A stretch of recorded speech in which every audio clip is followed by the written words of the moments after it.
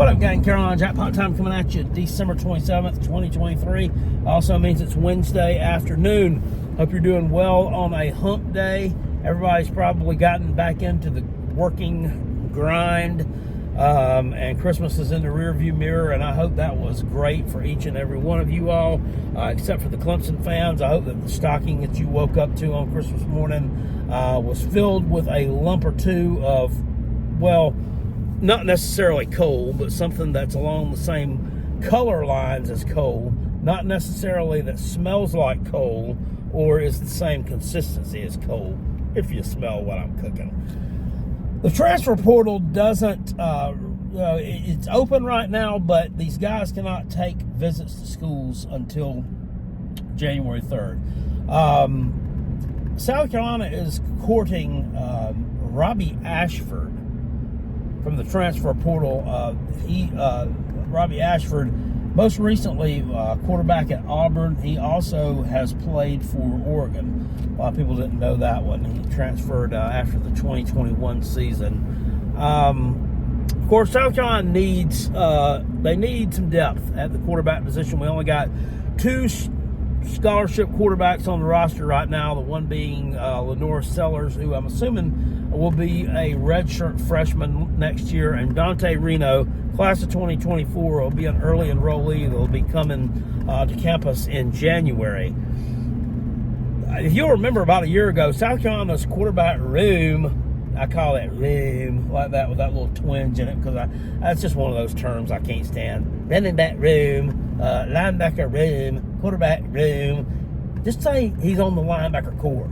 He's on the running back core. He's a quarterback. Whatever. I mean, I can't stand that. That one goes in the same category as give him his flowers. Another term that I can't stand. Anyway, enough about that. We've only got two scholarship quarterbacks right now. You need more than two scholarship quarterbacks. We're stacked with depth, but was it necessarily good depth? Not really. A bunch of kids that decided to transfer out that never really saw any game time action at all. Colton Gauthier, the Tanner Bailey kid, and then this Braden Davis young man. He transferred to Syracuse back before the season started. These are the guys that were like running Missouri's offense every week. I mean, they weren't going to see any significant playing time. Luke Doty, who was the starting quarterback for South Carolina back in 2021, is a wide receiver now, for all intents and purposes. But he also can play some quarterback if needed. That's not necessarily what you want. I think he's a better fit at wide receiver for us. But this Robbie Ashford experiment that they're seemingly, and nothing's happening. I hasn't even visited South Carolina yet. But it's getting kind of late in this cycle right now. And if you're going to get somebody, you need to get them soon. They've swung and missed on A.J. Swan, swung and missed on Malik, whatever his name was, from Texas. Rogers, that ain't Zaire. That ain't his last. I can't remember what his last name was. Malik from Texas. They also KJ Jefferson. That looks like a no-go as well. He wants to be a starting quarterback. So does Malik. So does AJ Swan. And Shane Beamer, to his credit, stuck to his guns on that when he had conversations with these people. Along with, apparently, he's been talking to other quarterbacks that have called him and contacted him on the phone. He's always talking about the phone call he just received. Oh boy, the news I just received. A lot of times I think Shane Beamer's full of crap, but sometimes I think that maybe he's not. But he said that a lot of these guys have told him, well, I want to visit, but would you be willing to guarantee me the starting quarterback position? I mean, who the hell do some of these people think they are? I mean, you left your last school, you quit on them and left, and you think you weren't the starting quarterback there, so what makes you think you're good enough to just waltz right in somewhere else and be the starting quarterback there? I mean, no. You're going to have to fight for it if you want it. which is exactly what any of these guys would have had to do if they come to South Carolina. I mean, of course, Lenore Sellers has a huge upside, so we think, and he's projected to be the starter next year. Now, somebody could beat him out. He could have been beaten out, I think, by KJ Jefferson. An AJ Swan, I think, would have been a long shot. The Malik Jones Rozier, or whatever his last name is, from Texas, could have possibly beaten him out too, I think. And now, am I saying that Lenore Sellers sucks and he's not any good? No, I'm not saying that, but some of these guys, have a little bit more experience under their belt, and may have pushed him in a way that maybe they decided to roll with one of those guys as a starting quarterback. I don't know. AJ Swan, don't know. Once again, I mean, played behind a pretty bad offensive line, didn't play with a lot of pieces around him at Vanderbilt. Maybe he was the guy. But these guys all wanted it handed to him, I guess, and Beamer wasn't willing to hand it to him. As would, I don't think, most college coaches. I don't think most of them are just going to guarantee you a starting spot to come in. They've already pretty much guaranteed this Malik dude the quarterback or starting quarterback position at Duke, when they've got another kid that was the backup to Riley Leonard, a young man from right up the road in Gaffney, South Carolina, that led them to a win in a bowl game against Troy that they were underdogs in. So, I mean, they'll have to have an open quarterback competition there, won't they? Are you just going to give it to Malik Rozier Jones, whatever his name was? That's kind of weird to me. But this Robbie Ashford, I don't know about that. I mean, you're talking about this guy's thrown 9 interceptions and 9 touchdowns in his time at Auburn. Those are not good numbers. And he's playing out of position. He's probably more along the lines of needing to be a wide receiver, not a quarterback. So it's like, yeah, if they bring him in, nobody seriously thinks that he's going to challenge Lenore Sellers for the quarterback position. I mean, let's just be frank. We're not going to do anything with Robbie Ashford that they weren't able to do with him at Auburn. Which, I mean, in 2022, Auburn had a terrible season, but you also have to think that he had to have been playing behind a better offensive line than Spencer Rattler played behind at South Carolina in 2023. I mean, there's no way that it could have been worse, and his numbers were way worse. They were horrific. And, I mean, he was one of the reasons, and I'm not shitbagging on him and saying that he's a terrible kid and, a terrible athlete and this, that, and the other, but he was one of the reasons that Brian Harsin was fired. He's not the only reason. Losing was the main reason, but, he helped contribute to the losing. He wasn't very good. And they went out and got a quarterback out of the transfer portal in Peyton Thorne from Michigan State, who also wasn't real good. I don't know. Is this the way you need to go? Maybe if your goal, if you want to put all your eggs in the Lenore Sellers basket, if you want him to be your flagship, you want to, give him the franchise tag right now in the very, very small sample size that you've seen from him. You do realize that his success this year, that the 2 touchdowns, the 1 touchdown pass he threw, and then that awesome run that he had for a touchdown, you do realize those came against Furman and Vandy, right? I mean, I'm just throwing that out there, which I don't think that they, and maybe this was a case where the coaches, really, really didn't want to mess with his red shirt status, but I think those were the only 2 games that he played in, if I'm not mistaken. I don't remember him playing in another game. I would have liked to have seen them insert him at some point in that Clemson game in the second half. If nothing else, just to have provided some kind of spark, to giving them something different to look at and confuse them a little bit, maybe something that they hadn't seen on film, because it didn't matter what we did. They were ready for it. Now, I don't understand that line of thinking whatsoever. Now, I may be wrong. Maybe, once again, they were trying to protect that red shirt status for him. Maybe they didn't have any kind of package for him going into the Clemson game. But I mean, you would think that they would have.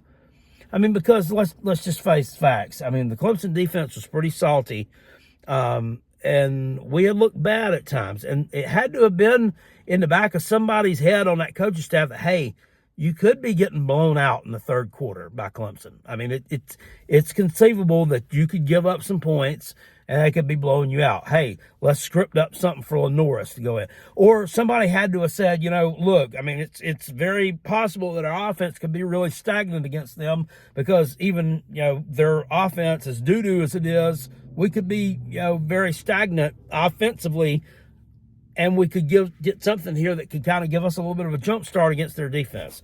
So I don't understand that way of thinking. I mean, you have tools in your toolbox. I mean, I don't know why you don't utilize them, right? I mean, if you're trying to build a roof and you're putting these nails in, it's one hammer that you've got, it's not working for you. It's just not working. You got another hammer over here that, while you've never really used it before, you may be able to do something with this hammer that might be able to get a few more nails put in for you to at least secure that roof down a little bit. Or you're not going to pick that hammer up and try to use it. Lenore Sellers is the hammer that never got used.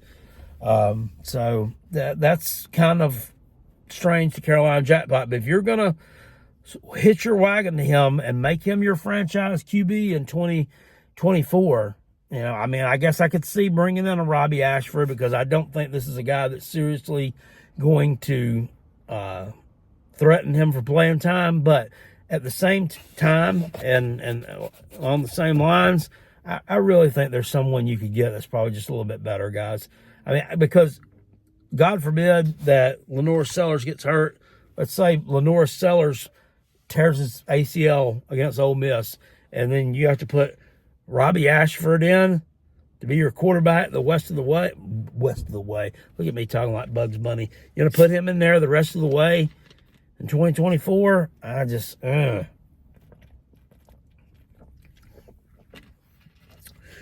don't know, man. I don't see it. It's a slippery slope. It's tough. It's tough for Shane Beamer to find that fine line of finding a guy who is probably not going to be your starter, but also that if your starter that you've hitched your wagon to in Lenore Sellers gets hurt, is not going to, and say you're having a decent season, say you've won a couple of games. I can't even remember how the schedule goes, but say you upset somebody, say you're sitting here at 3-1 or something in this Ole Miss game, and I don't even remember. I don't know if that's game 5 or what, but just say we're exceeding expectations. Now, all of a sudden he gets hurt and you've got to trot Robbie Ashford out there. Well, just based on what he did at Auburn, he's going to throw a bunch of interceptions and he may throw some touchdowns. I don't know. It's going to be hard to find someone who's going to fit the bill and just slide in there like a glove and just be that guy, right? And just be that guy. Be that Steve Young to Joe Montana. And no, I mean, that's an apples to oranges comparison, and I'm not saying that Lenore Sellers is the next Joe Montana, but you get what I'm saying.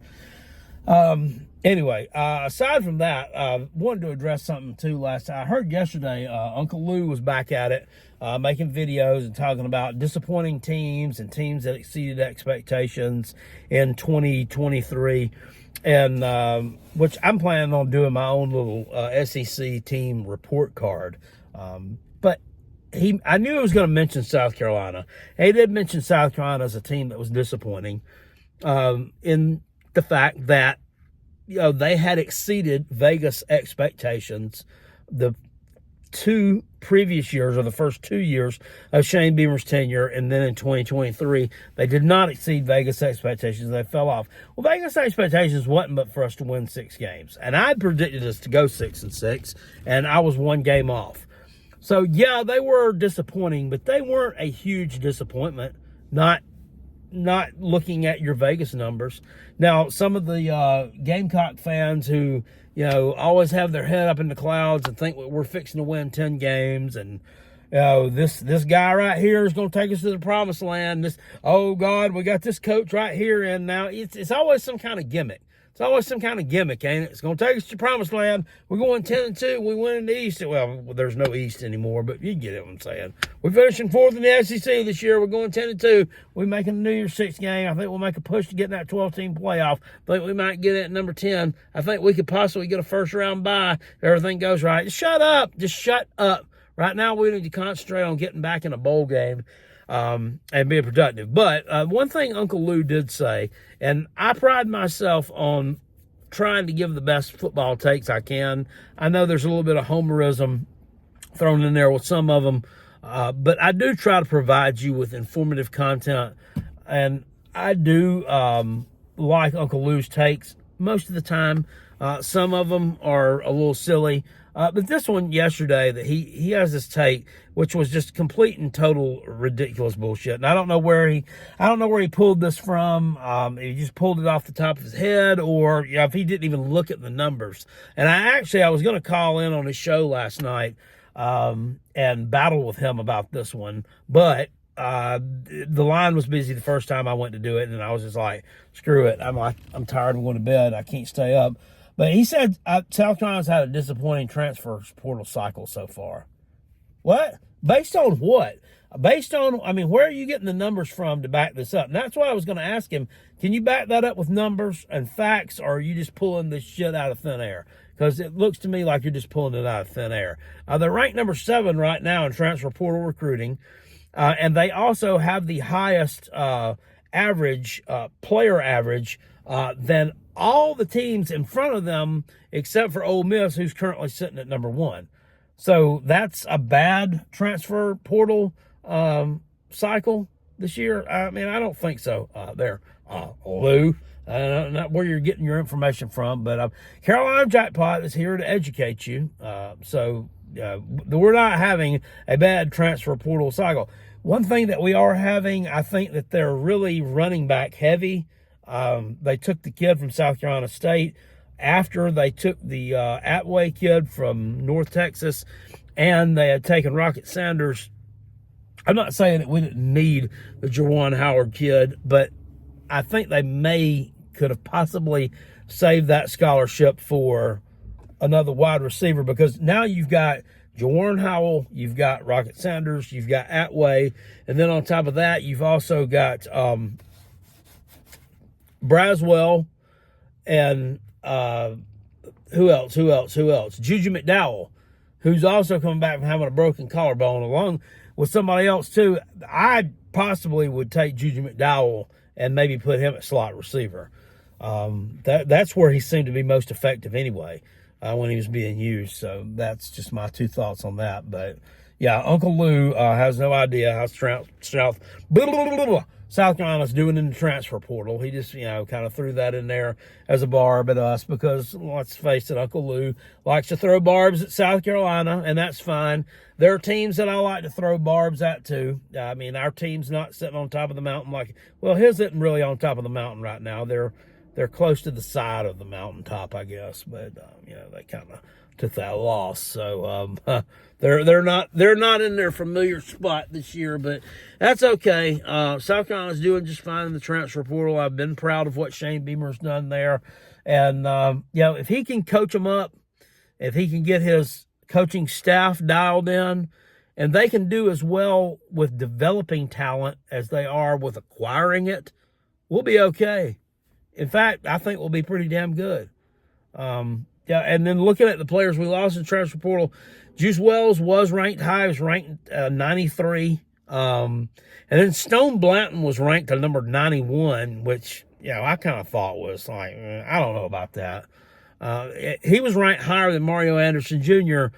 Once again, I like Mario Anderson Jr. I think Mario Anderson Jr.'s biggest downfall was he was playing behind a shut offensive line. And really, there was nothing he could do about that. Kid couldn't block for himself. So anybody that's hating on him, you just need to stop. Anyway, that's about all I got to say about that, guys.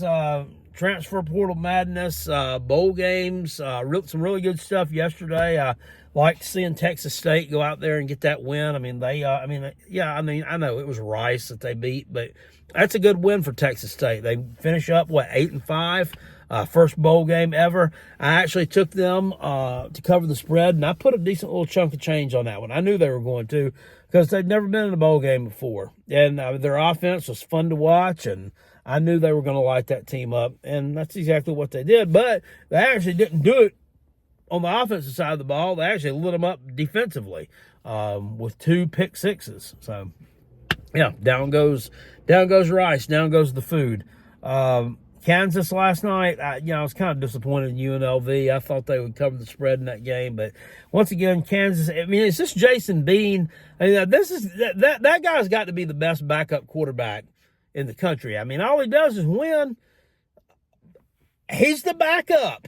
He's the freaking backup quarterback. This other kid, this Jalen Daniels, or is it It's Jalen Daniels.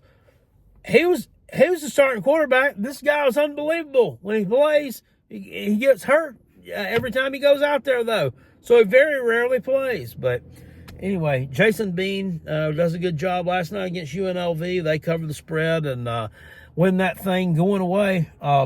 Some pretty good games today. I'm going to tune into this North Carolina, West Virginia game here in a little bit. Everybody's just all in on West Virginia to win this one.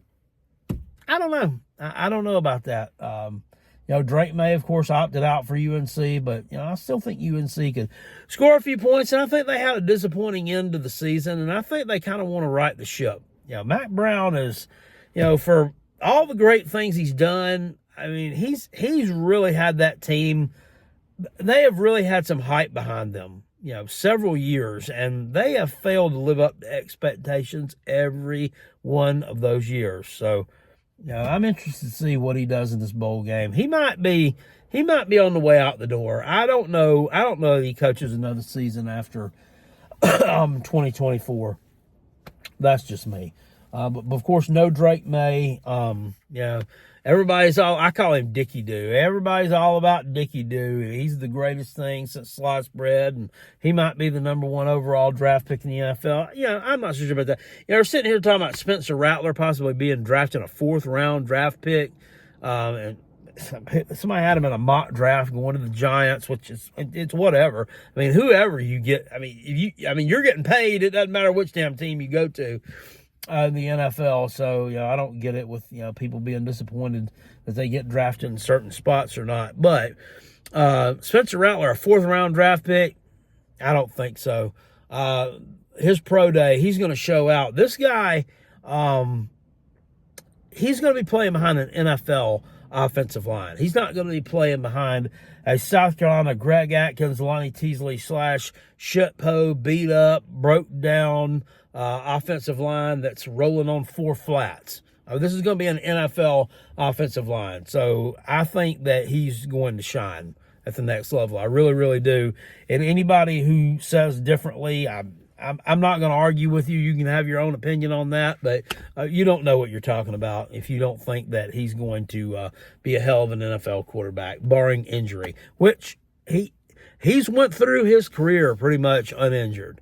So there's no reason to think that he won't do that in the NFL. But anyway, this has been a really long video. I've went on and rambled on a lot of various assorted topics, from Uncle Lou to Spencer Rattler to Malik Rozier, Jones Smith, Ijigma, Boom Boom Balumba from Texas, who I don't know his last name, and everything in between. So we'll talk to you guys later on. I appreciate it. Live show tonight at 9 p.m. The Rob and Kell Show. Be there or be square. I'll see y'all later. Peace. I'm out. Go Gamecocks. Woo!